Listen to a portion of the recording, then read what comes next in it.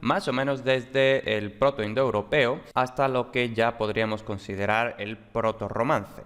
Entonces, concretamente vamos a ver las lenguas habladas en la Italia primitiva, vamos a ver un poquito la evolución y las características de la lengua latina y vamos a ver las fuentes y métodos, es decir, cómo se ha estudiado todo esto de la fonética, la morfología, la historia de la lengua latina, a través de qué fuentes, cómo se ha hecho, etcétera.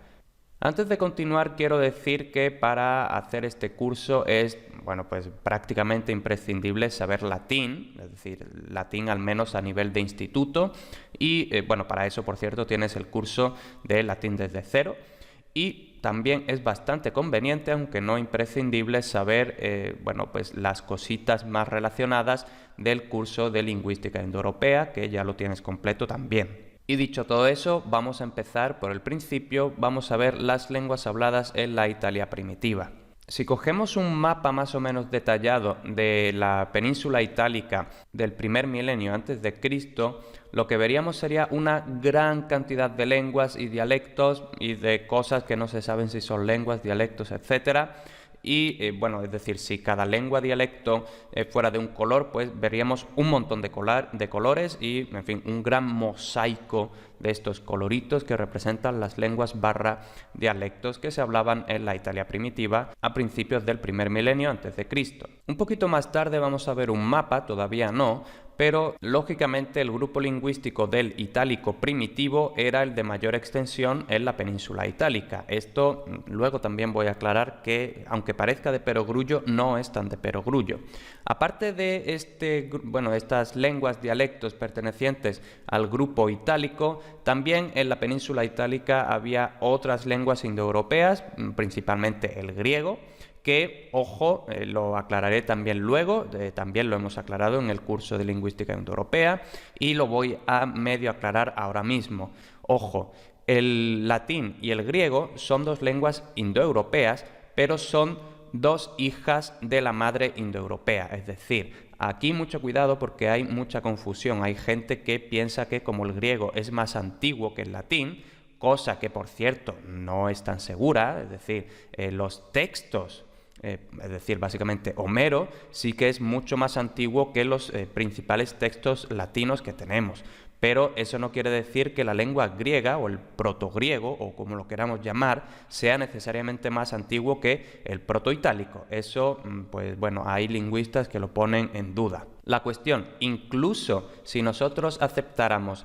que el protogriego, vamos a hablar de el griego, es más antiguo que el latín, eso aún así no significa que el latín descienda del griego, ojo, no. Jerárquicamente, desde el punto de vista temporal, diacrónicamente si queremos, el latín y el griego son las dos, descienden directamente del indoeuropeo, no desciende el latín del griego ni ninguna historia rara.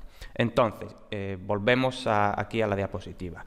En la península itálica tenemos el grupo lingüístico del itálico, que era el de mayor extensión en la península. Luego también tenemos otras lenguas indoeuropeas, principalmente el griego, y también tenemos algunas lenguas de origen incierto, principalmente el etrusco en el norte de la península. Luego, insisto, vamos a ver un mapita donde vamos a ver esto mejor. Vamos a empezar con el grupo itálico y, como decía, aunque parezca de perogrullo, no es tan de perogrullo. ¿Por qué? Porque el grupo itálico no era autóctono, es decir, el grupo itálico no estaba allí desde los albores del mundo, es decir, este grupo itálico no surgió en Italia, por así decirlo, sino que es de origen indoeuropeo. Ya hemos visto en el curso de lingüística indoeuropea que el origen de las lenguas indoeuropeas está pues más o menos hacia el centro-este de Europa, no se sabe muy bien exactamente por dónde, pero más o menos hacia el centro-este de Europa. Y desde allí, varios grupos de colonos o de conquistadores o de como los quieras llamar, pues se fueron expandiendo por Europa y por parte de Asia. Y uno de estos grupitos penetró por el norte de la península itálica más o menos hacia el primer milenio antes de Cristo. Por tanto, esto de que el grupo itálico no es autóctono, eso es lo que significa, ¿no? Que este grupo itálico, es decir, el grupo que hablaba las lenguas itálicas, no surgieron directamente en Italia, sino que surgieron en el centro-este de Europa, y desde allí invadieron la península itálica y trajeron estas lenguas itálicas consigo. En general, los pueblos indoeuropeos, siempre que conquistaban, colonizaban o como lo queramos llamar, los nuevos territorios, pues siempre absorbían, pues bueno, este de absorber pues es bastante neutral, pero bueno, normalmente mediante la conquista, lógicamente, ¿no? Porque militarmente solían ser superiores, etcétera. Eso no viene al caso ahora mismo. Entonces, este pueblo, este grupo étnico y lingüístico itálico entró por el norte de la península en el primer milenio y absorbió a la población indígena de norte a sur de la península. Es decir, allí, antes de que llegaran estos pueblos indoeuropeos, ya había gente viviendo allí y hablaban otras lenguas que no tenían ninguna relación con el indoeuropeo. Pero cuando llegaron estos grupos étnicos y lingüísticos de origen indoeuropeo, este grupo itálico indoeuropeo absorbió, es decir, básicamente impuso su cultura, su lengua, su todo sobre la población indígena. Una vez que este grupo itálico ya más o menos tenía conquistada la península, pues algo así como que cada ciudad iba un poco a su rollo, entonces pues cada ciudad vivía en un relativo aislamiento y claro, si no hay cohesión entre las distintas ciudades, pues al final cada ciudad, cada territorio, no sé si podemos hablar de ciudades por aquel entonces, ¿no? Cada territorio pues se va independizando el uno del otro, va perdiendo las relaciones los unos con los otros y por tanto la lengua también va divergiendo de, en principio, este protoitálico común y bueno, pues esto es lo que fomenta la formación de varios dialectos, que es lo que vamos a ver en las siguientes diapositivas. Dentro de este grupo itálico, insisto, el grupo itálico es el de ascendencia indoeuropea, y uno de todas estas tribus indoeuropeas, uno de estos grupos de conquistadores, colonos indoeuropeos, fueron los que conquistaron la península itálica, y dentro de todos estos grupos de conquistadores colonos itálicos tenemos dos grupos dialectales principales. El primero es el latino-falisco, del que lógicamente desciende el latín que conocemos o que más se conoce, y luego tenemos el otro grupo que al principio era más grande, lo vamos a ver luego en el mapa, pero que finalmente es totalmente absorbido por el latín. Y este grupo es el sabélico, que es como se le conoce más modernamente, aunque tradicionalmente se le ha conocido como osco-umbro, porque dentro del grupo dialectal sabélico, las dos lenguas o los dos dialectos más importantes son el osco por un lado, el umbro por el otro lado. Empezamos viendo el grupo latino-falisco, del que, como he dicho, pues procede el latín. Este grupo latino-falisco lo vamos a ver dentro de un par de diapositivas, creo. Pues era un circulito pequeñito que se hablaba en el Lacio y, de hecho, inicialmente había grandes divergencias entre los diversos territorios. Es decir, esto, aunque estamos hablando de que es un grupo dialectal latino-falisco, pero incluso así había muchas diferencias entre los distintos territorios, es decir, había por supuesto cosas en común en la fonética, en la morfología, en todos los rasgos lingüísticos, pero aún así había muchas diferencias, es decir, me imagino yo, esto tampoco es que se sepa, pero me imagino yo que más o menos podían entenderse los unos con los otros, pero eran claramente dialectos distintos, ¿no? Luego ya el latín, que insisto, lo vamos a ver luego, era de hecho la parte más pequeñita, pues el latín al final se extiende porque, bueno, los romanos pues al final empiezan a conquistar una cosa, se les va de las manos y al final conquistan medio mundo, ¿no? Inicialmente el latín, que es el grupo más pequeñito, acaba absorbiendo a todos los demás dialectos. Pero antes de que el latín haya absorbido a todos los dialectos, previamente estos propios dialectos influyen en mayor o menor medida en el latín. Principalmente esto se ve en el vocabulario de la vida agrícola, que bueno, el latín era más, por así decirlo, la lengua de la ciudad, mientras que todo lo que rodeaba la ciudad, el campo, pues era más dialectal, y por tanto de aquí proceden las palabras, el vocabulario de la vida agrícola. Y esto, ¿cómo sabemos que estas palabras son de origen dialectal y no son propias del latín propiamente dicho, valga la redundancia? Por las particularidades fonéticas impropias del latín, es decir, aunque todas estas lenguas tengan un tronco común, pero dentro de cada ramita del tronco pues ha habido evoluciones un poquito distintas, características de cada dialecto, etc. Entonces vemos que hay algunas palabras en latín que tienen particularidades que no son propias del latín. Entonces eso nos hace suponer que esa palabra no es de origen latino, sino que es un préstamo de uno de los dialectos que rodeaba al latín. Entonces, aquí tengo yo un ejemplo que propiamente no es un ejemplo del latino falisco, sino que es un ejemplo del latín respecto a los coumbros, ¿no? Sabemos que lobo en latín se dice lupus. Y si hemos hecho el curso de lingüística indoeuropea, hemos visto esta raíz que significa lobo. Y de hecho, bueno, si nos fijamos un poquito, esto se parece a wolf en inglés, ¿no? Vulcus, así un poquito difícil de pronunciar en protoindoeuropeo. Y, por ejemplo, también en polaco, lobo es wilk, ¿no? Bueno, no sé exactamente cómo se pronuncia, ¿no? Pero más o menos así, ¿no? Entonces vemos que esta es la raíz de lobo. La cuestión, si nosotros evolucionamos esta raíz, vulcus, o como se pronuncia esto, al latín, según todas las reglas de evolución del latín, desde el protoindoeuropeo hasta el latín, esto no nos habría dado lupus, sino que nos habría dado algo así como lucus, ¿no? Porque, claro, la labiovelar, la KW, eso lo que da es lucus en latín. Por tanto, si tenemos en latín lupus y no lucus, eso significa que el lupus es un préstamo, de hecho es un préstamo del oscoumbro, donde sí que evoluciona la labiovelar KW, sí que evoluciona regularmente a P. Entonces, de esta forma es cuando sabemos o cómo sabemos que algunas palabras no son propias del latín, sino que son préstamos de las lenguas adyacentes. Vamos a ver ahora algunas cositas del sabélico, que, insisto, tradicionalmente se ha conocido como oscoumbro. El sabélico, lo vamos a ver en el mapita a continuación, era hablado en el centro y en el sur de la península, y tenemos, como digo, los dos grandes subgrupos, el grupo umbro y el grupo osco, el dialecto, la lengua osca, la lengua dialecto umbra.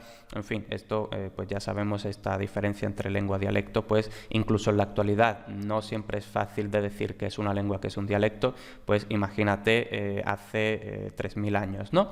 La cuestión, en el umbro, la mayor fuente de la lengua umbra que tenemos actualmente son las Tabulae Iguinae, que contienen más de 5000 palabras, por lo que, bueno, el umbro está más o menos bien atestiguado, y emplea el primer alfabeto latino primitivo. ¿Esto qué significa el primer alfabeto latino primitivo? Pues lo veremos en la siguiente clase, la evolución o la historia del alfabeto latino, pero el alfabeto latino procede del alfabeto griego a través del alfabeto etrusco, que lo había tomado prestado de los griegos, etcétera, ¿no? Entonces, en el umbro es cuando tenemos algo que se parece bastante a lo que luego sería el alfabeto latino.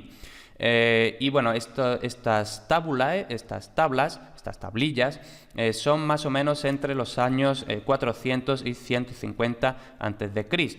Vemos que el umbro, entonces, tenemos principalmente estas tabulae, que contienen algo más de 5000 palabras, entonces pues es una cantidad considerable, pero tampoco es para tirar cohetes. Luego, en el OSCO tenemos más de 200 textos epigráficos y estos textos epigráficos están escritos en una mezcla del alfabeto griego, en una mezcla de algo así como el alfabeto protolatino, en fin, a veces solo con caracteres griegos, en fin, una mezcla, un batiburrillo así de todo, pero bueno, con un poquito de entrenamiento estos textos se pueden leer, se pueden entender, así que sin problema. Yo personalmente no sé, porque yo no me dedico a estudiar OSCO ni las lenguas sabélicas en general, pero quien entiende de esto es capaz de leerlo. Luego veremos, por ejemplo, el etrusco, que se puede leer pero no se puede entender, ¿no? Y una cosa importante del OSCO es que era la lengua de los samnitas. Esto no es un curso de historia de Roma, sino una historia de la lengua latina, de sobre todo fonética y morfología de la lengua latina, pero los samnitas son importantes porque eran un pueblo que, bueno, tuvieron varias guerras con los romanos, en fin, un pueblo influyente en la historia de Roma. Hasta ahora hemos hablado de los dos grandes grupos dialectales de las lenguas itálicas, el latino-falisco y el sabélico. Entonces, bueno, ya he hecho medio spoiler, he dicho que el latino-falisco era menor, que era un grupo territorialmente menor que el sabélico, pero aún así, pues uno lo que tiende a pensar es, bueno, si el latín al final conquistó pues prácticamente todo el mundo conocido, pues el latín sería bastante grande. Ahora vamos a ver que no. Vamos a ver este mapita y entonces efectivamente tenemos aquí que el grupo latino-falisco pues es esta especie de circulito así en el Lacio, en el medio de Roma, no sé qué, mientras que el umbro y el osco pues tienen casi la mayoría de la península itálica. De hecho, el umbro inicialmente tenía más territorio, todo este territorio que tenía el etrusco, también lo tenía el umbro. Lo que pasa es que los etruscos fueron conquistando este territorio. Ya luego veremos que todo esto de los etruscos, pues al final los etruscos acaban cayendo ante Roma y toda esta historia. Entonces, repito, hasta ahora hemos visto las lenguas itálicas, es decir, de la rama itálica del protoindoeuropeo. Ahora vamos a ver otras lenguas habladas en Italia que no son de origen itálico, sino que tenemos el griego, que sí es de origen protoindoeuropeo, el celta, que también es de origen indoeuropeo, y el etrusco, que es de origen pues bastante desconocido, bastante discutido, nadie puede asegurar nada. Empezamos por el griego. Creo que todo el mundo sabe que hay mucha correlación entre la cultura latina, entre la cultura griega. Al final pues era casi que se ve actualmente que la antigüedad no importa mucho si era griega o latina. De hecho, se habla de grecorromana, grecolatina, y esta sensación que tenemos nosotros no es gratuitamente, sino que esto realmente tiene una base. Y ya los propios romanos consideraban al griego muy afín al latín, pero esto, insisto, no era por razones lingüísticas, es decir, lingüísticamente, por supuesto, el latín y el griego tienen similitudes que, las hemos comentado en el curso de lingüística indoeuropea, entonces no me voy a repetir aquí. Pero tampoco tenían tantas de similitudes, ¿no? Aparte de que fueran lenguas las dos de origen indoeuropeo, pero de hecho había más similitudes en general entre el latín y, por ejemplo, el celta. De hecho, ya vimos en la clase, en el curso de lingüística indoeuropea, que hay lingüistas que hablan del grupo italocéltico, ¿no? Entonces, la cuestión, los romanos consideraban el griego muy afín al latín, pero esto, como digo, era más por razones culturales que lingüísticas. También creo que más o menos sabe todo el mundo que ya desde el principio había muchas colonias griegas en Italia meridional, es decir, en el sur de Italia, lo hemos visto en el mapita, y en Sicilia. Entonces, por toda la Magna Grecia, como se llamaba, ¿no? Toda esta zona que estaba conquistada por los griegos en Italia, y también en Sicilia. Y porque los griegos fundaron muchísimas colonias por muchos sitios. Uno de ellos fue, como digo, la Magna Grecia, el sur de Italia, Sicilia. Y normalmente los griegos, pues en mayor o menor medida, helenizaban todas estas colonias.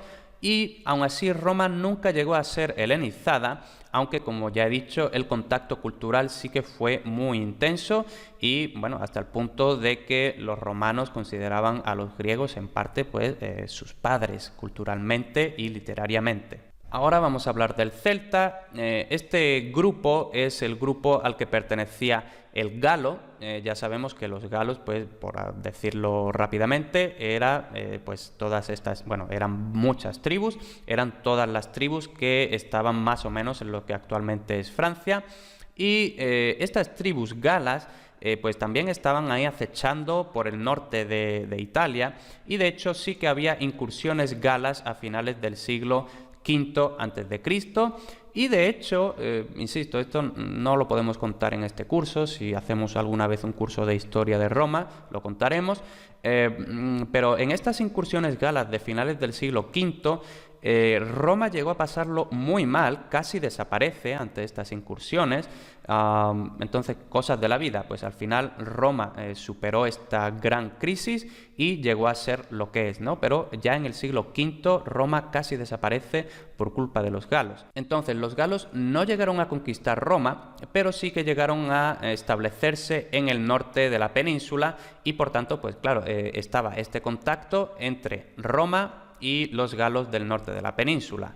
Y bueno, el celta no influyó tanto, de hecho, influyó más bien poco en el latín. El griego influyó bastante, el celta no tanto, pero bueno, hay algunos préstamos, todas estas cositas. Desgraciadamente tenemos muy pocas inscripciones de origen celta en Italia, entonces no es fácil, no es especialmente viable estudiar con detalle la influencia celta en el latín, pero desde luego sí que había lenguas celtas, principalmente lenguas galas, en el norte de Italia, y estas lenguas influyeron en mayor o menor, más bien menor, medida en el latín. Y otra lengua que influyó también poquito o un poquito en el latín fue el etrusco, del que ya hemos hablado. Los etruscos, ¿dónde estaban? Pues en Etruria, es decir, al norte del Lacio, ya lo hemos visto antes en el mapa. El origen de los etruscos, pues ya lo hemos dicho también, bastante incierto. No se sabe si son anteriores a los itálicos, es decir, si este pueblo ya estaba allí en la península antes de que llegaran los colonos indoeuropeos desde el centro-este de Europa. No se sabe si estos etruscos son anteriores a los itálicos. Tampoco se sabe si quizá provienen de una incursión que se hizo por mar hacia el año 800 a.C. No se sabe en este caso si vinieron del norte, no se sabe si vinieron de Asia Menor, en fin, hay varias hipótesis, como en todo en esta vida, pero no se sabe nada cierto. De hecho, pues muy curiosamente los etruscos, como digo, influyeron, más que en la lengua, en la cultura. Sí que tenían una relativa gran influencia en la cultura romana, pero se sabe muy poco, ¿no? Entonces, muy curioso. ¿Qué tenemos del etrusco? Tenemos más de 8.000 inscripciones, lo cual pues parecen bastantes, ¿no? Recordemos que antes habíamos visto que del osco tenemos unas 200 inscripciones, del etrusco tenemos 8.000, más de 8.000, y están escritas en un alfabeto, como comenté también en su momento, derivado del griego, que bueno, es algo así como intermedio entre el griego y el latín. Entonces, como digo, este alfabeto, como es derivado del griego, se puede leer, es decir, yo puedo leer las inscripciones, pero no se pueden entender. Es algo así como cuando, por ejemplo, si tú vienes a Polonia, empiezas a leer los carteles, tú efectivamente puedes leerlos, más o menos, porque ya sabemos que el polaco es una lengua muy loca, pero puedes leer las inscripciones, pero no las entiendes. Pues esto es lo que pasa con el etrusco. Podemos leer las inscripciones, pero no se entienden. Y también lo hemos comentado antes, ¿no? Que los umbros se supone que inicialmente tenían más territorio hacia el norte, hacia el noroeste de Italia, pero los etruscos, pues la verdad, se hicieron fuerte y de hecho conquistaron parte de donde estaban los umbros, y de hecho incluso tenían una cuasi hegemonía en la bota itálica en general entre el año 600 y el 400 a.C. A partir de entonces ya los romanos se pusieron las pilas y empezaron a dar fuerte y flojo por todos lados. Vamos a hablar ahora un poquito de la evolución y características de la lengua latina. En su origen era un simple dialecto del lacio, ya lo hemos visto, un simple, y cuando me refiero a simple es que era pues un puntito ahí, ¿no? O sea, que era nada y menos, eran 4 gatos que hablaban latín. Pero este idioma, este dialecto del lacio, se expandió junto a las propias conquistas. Ya hemos dicho, ¿no? Los romanos se pusieron las pilas, empezaron a conquistar una cosa, otra cosa, otra cosa, otra cosa, y cuando se dieron cuenta tenían toda Italia, cuando se dieron cuenta tenían casi todo el mundo antiguo. Por tanto, este puntito que había ahí en el lacio acabó pues prácticamente por toda Europa y parte de Asia. Esta lengua, el latín, era la lengua oficial de Roma, por supuesto, y por extensión de todo el imperio. Entonces, era el latín cómo se realizaba el trato social, el trato comercial. El latín era la lengua que se usaba en la vida política, por supuesto, en la vida administrativa, etcétera.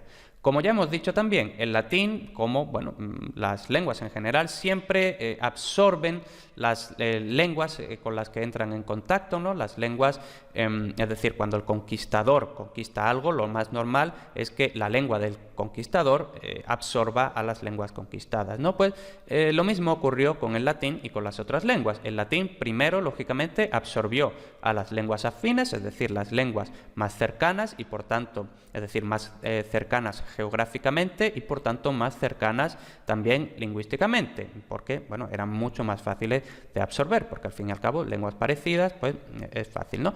Y luego ya también las demás lenguas, por tanto el latín acabó por suplantar prácticamente todas las lenguas de los territorios en los que iba implantándose el latín o la cultura romana en general. Aún así, los sustratos, por cierto, los hemos visto en el curso de Lingüística General, pero básicamente el sustrato es la lengua que había allí antes de que llegara el latín. Entonces, por ejemplo, en España, pues antes de que llegaran los romanos, allí estaban todos los celtíberos y toda esta gente, y con sus lenguas celtibéricas y todo esto.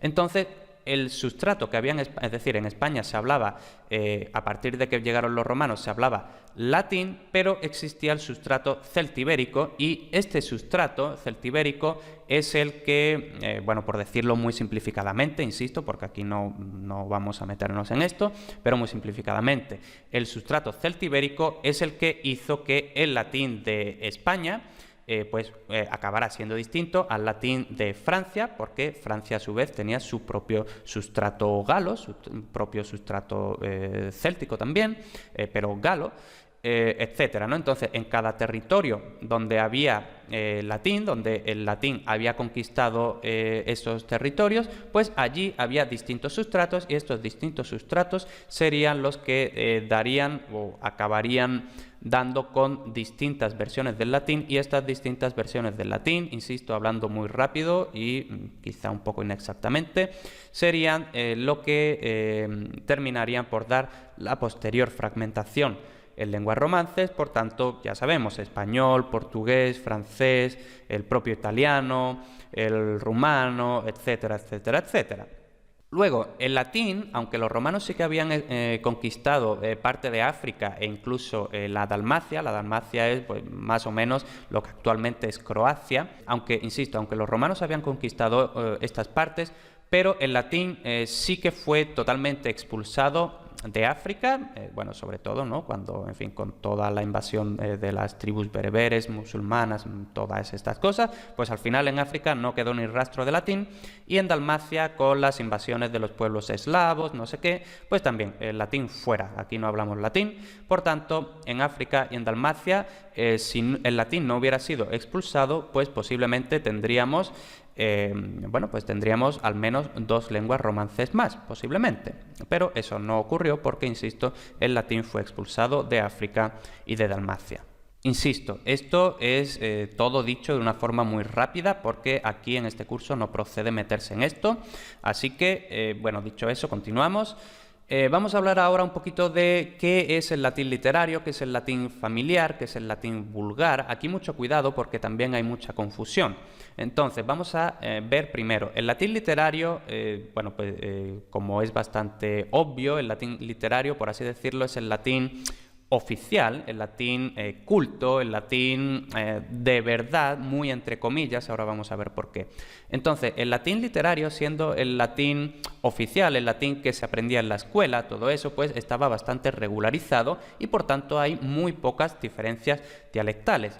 De hecho, las diferencias que hay en el latín literario no son dialectales, no son sincrónicas, sino que son diacrónicas, es decir, dentro del mismo periodo temporal no había diferencia o había muy poca diferencia en toda Italia, pues en el latín escrito más o menos todo el mundo escribía igual, ¿vale?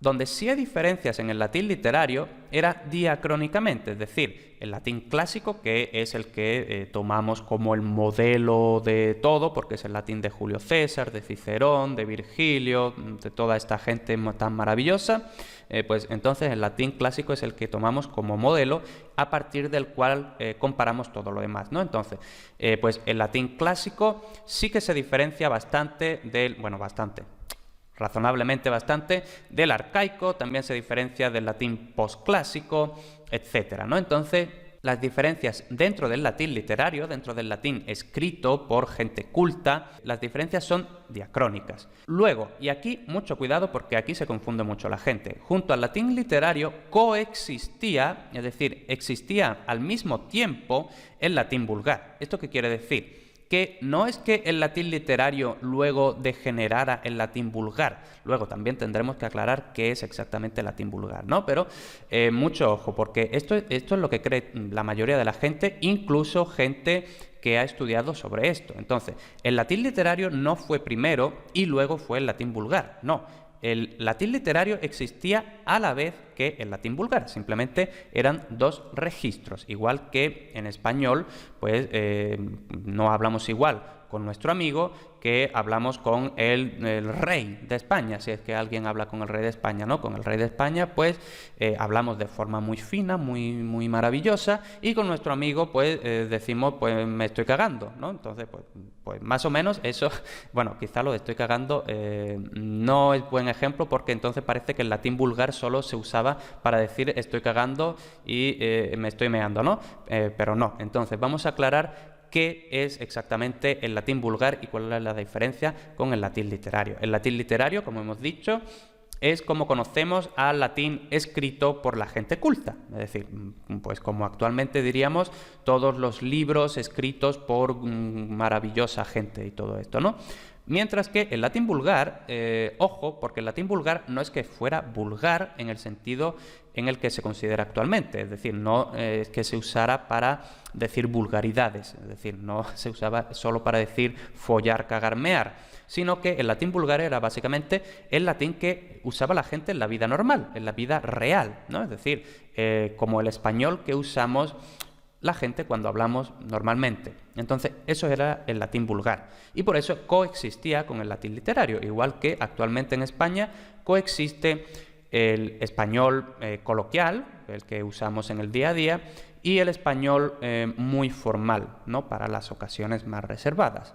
Y una vez dicho eso, porque claro, nosotros cuando estudiamos latín, pues lo que estudiamos es el latín clásico, entonces parece que el latín clásico era el latín y que el latín vulgar pues era una cosilla así apartada, pero no, de hecho el latín vulgar es el empleado, el hablado por la inmensísima mayoría de la gente, ¿no? Entonces pues esto del latín literario pues era casi como una cosa de frikis, ¿no? Mientras que la gente real, la gente de la calle, lo que usaba era latín vulgar.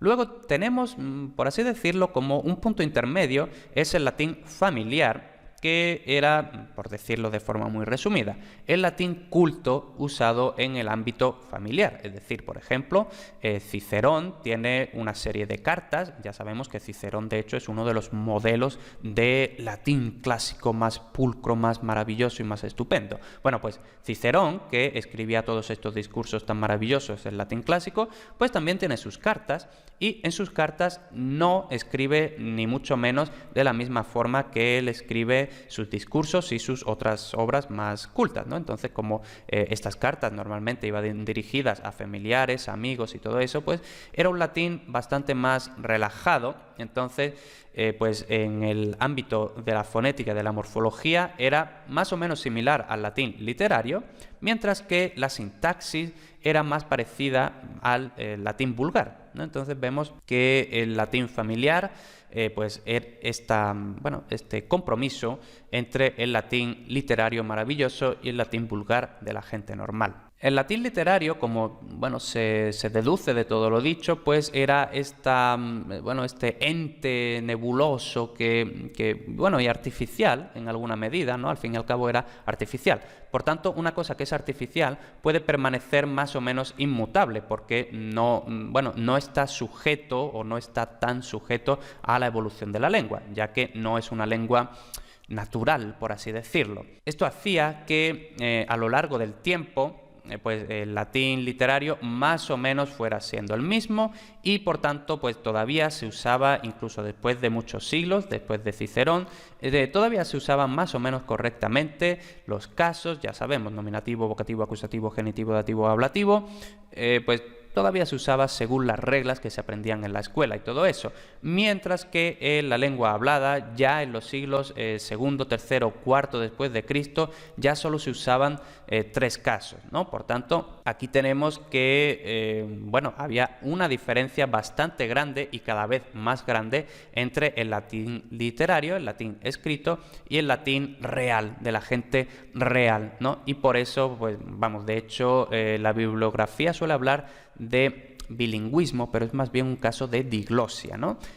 Insisto, curso de lingüística general, ¿no? Entonces, tenemos efectivamente que había cada vez más diferencia entre el latín literario, el latín clásico y el latín hablado por la gente, y esto de hecho fue lo que acabó dando con que, por ejemplo, ya en los siglos 7, 8, 9, 10, la gente iba a misa, la misa era en latín, y la gente pues no entendía ni papa de la misa, porque ya ese latín no era en absoluto el latín que ellos hablaban, ¿no? Entonces ellos iban a misa, no se enteraban de nada y pues con las mismas se iban, al menos con los pecados limpitos.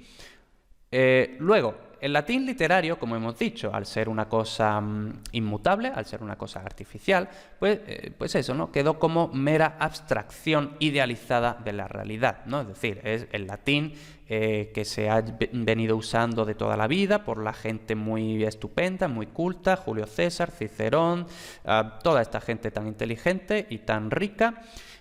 Mientras que, como ya hemos dicho, la evolución de la lengua popular fue totalmente diversa en cada territorio, ¿no? Entonces, esto también tiene que ver con lo que ya hemos comentado de los sustratos, etcétera, etcétera. Entonces, la lengua real iba evolucionando de forma distinta en cada territorio, mientras que el latín literario pues era más o menos, es decir, se mantenía así un poquillo con muchas pinzas, cogido por todos lados, pero el latín literario en cierta forma era como esta especie de muerto, esta especie de momia, ¿no?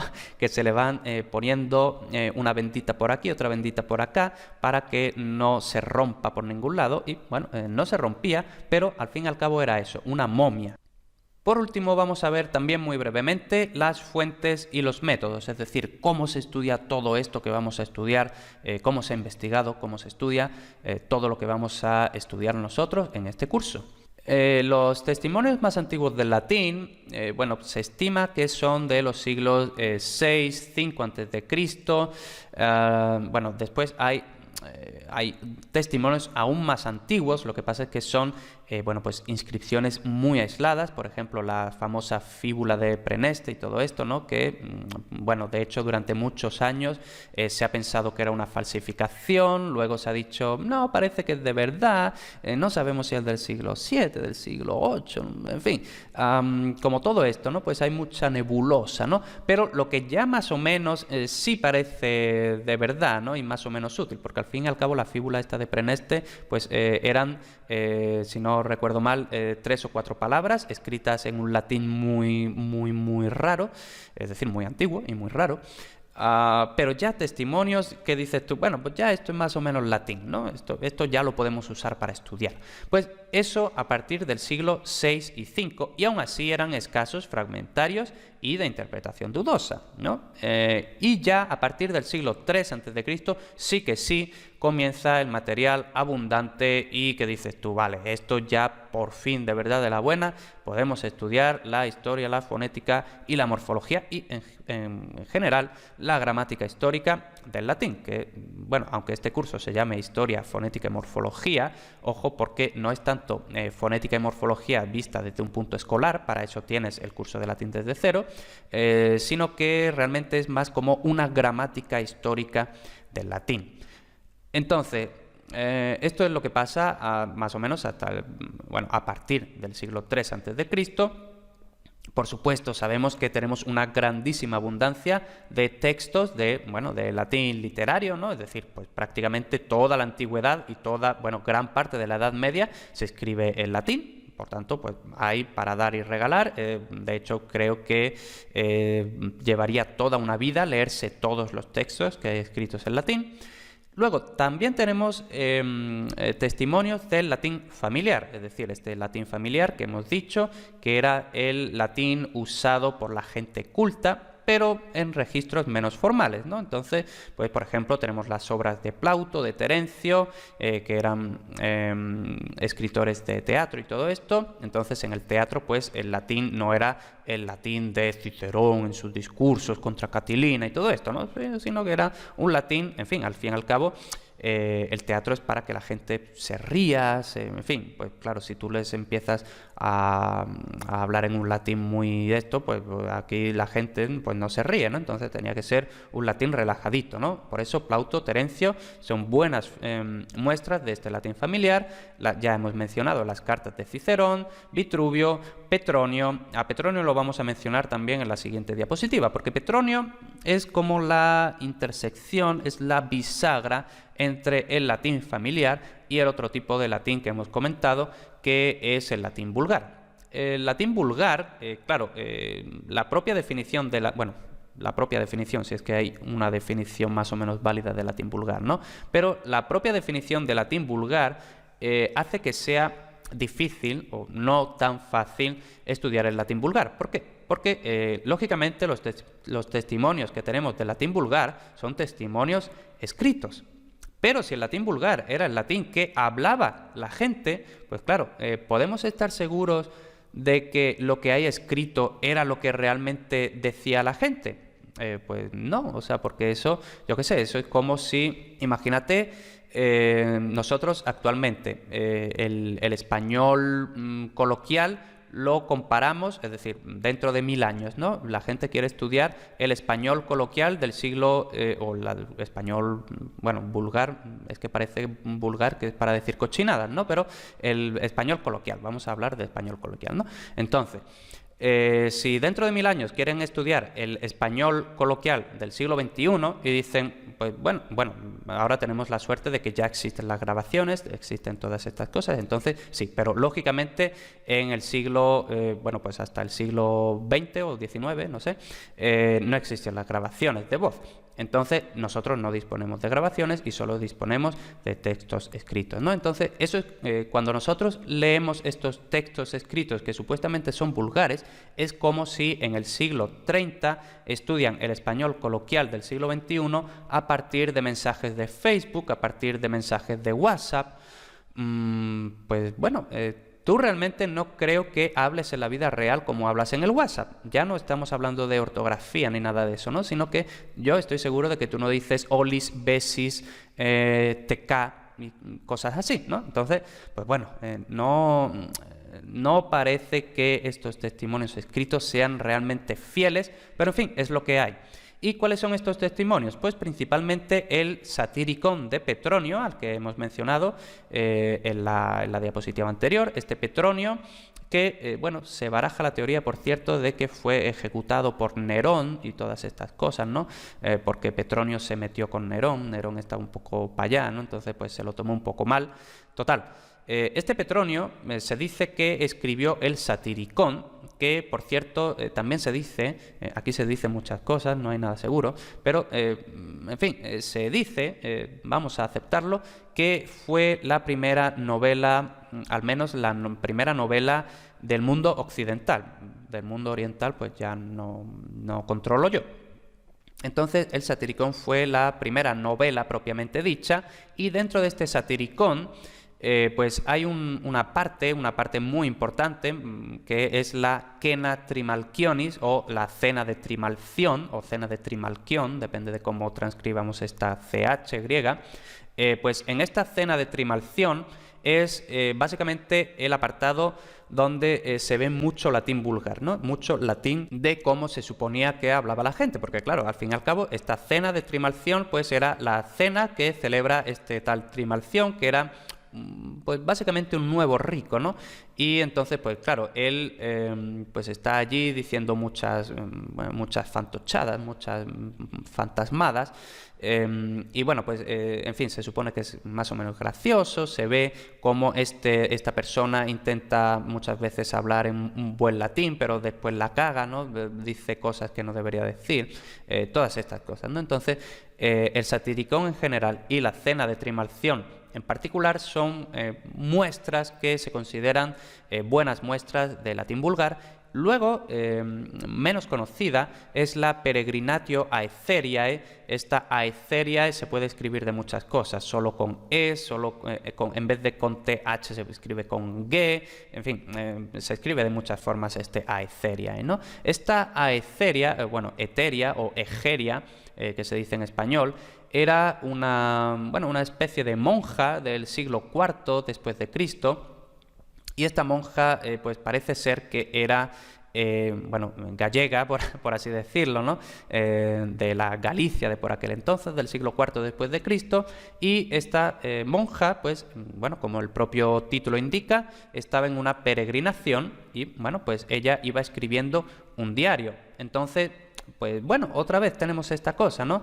De que, vale, sí, decimos que esto es latín vulgar, pero aún así, bueno, pues siendo una monja, quizá este latín pues era más latín que el latín de otra gente que no fuera monje, monja, bueno, en fin, pero en general estos son los dos textos literarios, y bueno, esto es casi un oxímoron, ¿no? Estos son los dos textos literarios que representan el latín vulgar, que es latín hablado por el vulgo, ¿no? En fin, por cierto, la Peregrinatio Aetheriae, un poco, interesante en algunas partes, pero un poco aburrida en otras, ¿no? En fin, se puede comprar por internet, ¿no?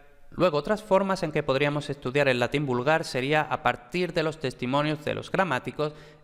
Lo que pasa es que hay varios problemas. Uno, que no son muchos, ¿no? Entonces los gramáticos, pues ellos se dedicaban a escribir sobre todo de la gramática real, ¿no? ¿Para qué vamos a hablar de la gramática del populacho, ¿no? Pues, entonces no hay muchos testimonios de latín vulgar.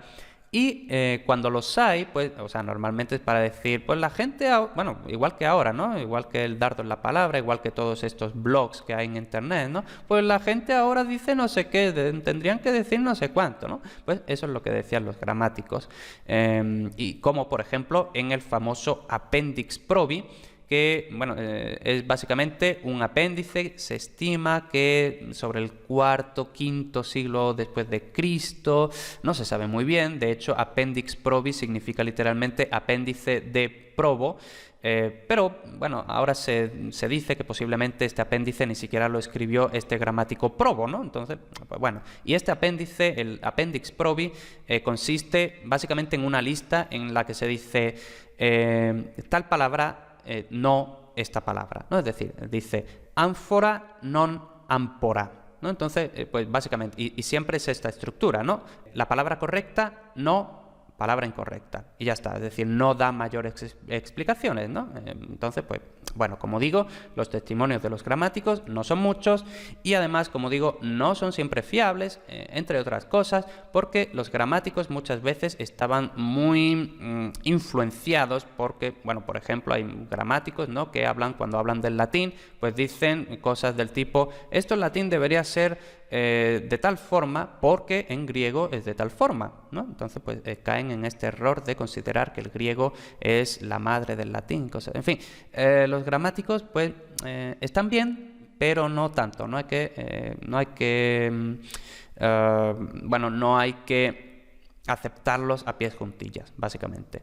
Y luego lo que sí es de, bastante utilidad son las inscripciones. Por ejemplo, son famosas las inscripciones de Pompeya, de Herculano, todo esto, ¿no? Las inscripciones, aparte de inscripciones de lápidas y todo esto, ¿no? Porque muchas veces la gente que hacía inscripciones en las lápidas, pues era básicamente es como estos letreros que vemos también por Facebook, por internet, de que la gente se ríe de estos letreros, ¿no? Que tienen muchas faltas de ortografía y todo esto, ¿no?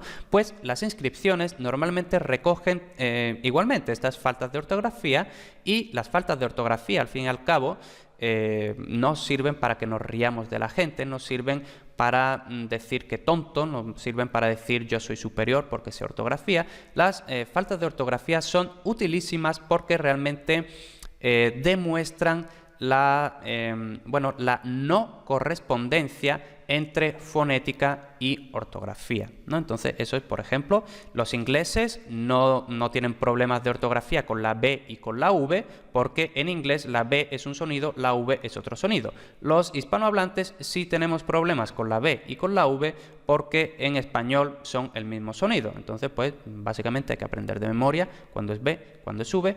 Y, por cierto, hablando de B y V, veremos a lo largo de este curso que esta confusión de B y V ya ocurría en el propio latín, y desde entonces la arrastramos, y en España pues así nos luce el pelo.